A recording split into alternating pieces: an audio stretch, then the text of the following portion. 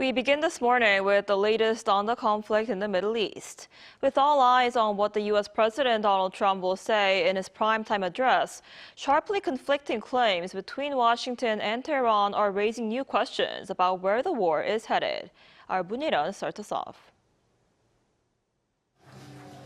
Ahead of U.S. President Donald Trump's primetime address on the conflict in the Middle East, a statement from Tehran has firmly denied Trump's claim that Iran is seeking a ceasefire.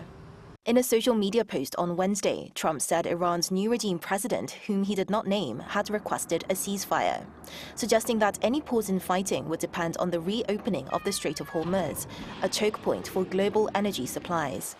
He paired that claim with a warning of heavy strikes if conditions aren't met. But Tehran quickly pushed back. Its foreign ministry dismissed the statement as false and baseless, while the Islamic Revolutionary Guard Corps insisted the strategic waterway remains firmly under Iranian control and would not be reopened under pressure from Washington.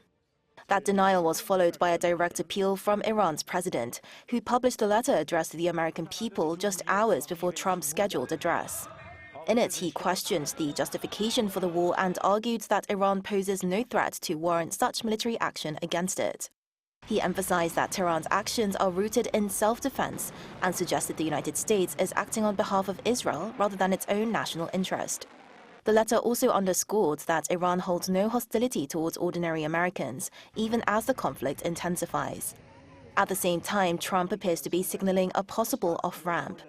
According to Bloomberg, he has dispatched Vice President J.D. Vance to deliver an ultimatum to Iran: agree to a deal or face further strikes on key infrastructure.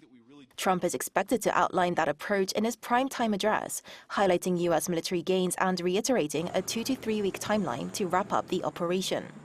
Ahead of the speech, he told Reuters the U.S. could wind down its involvement pretty quickly, while keeping the option of future spot hits.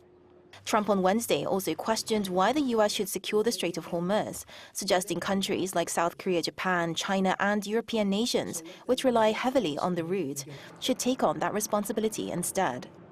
Moon Hye-ryeon, Arirang News.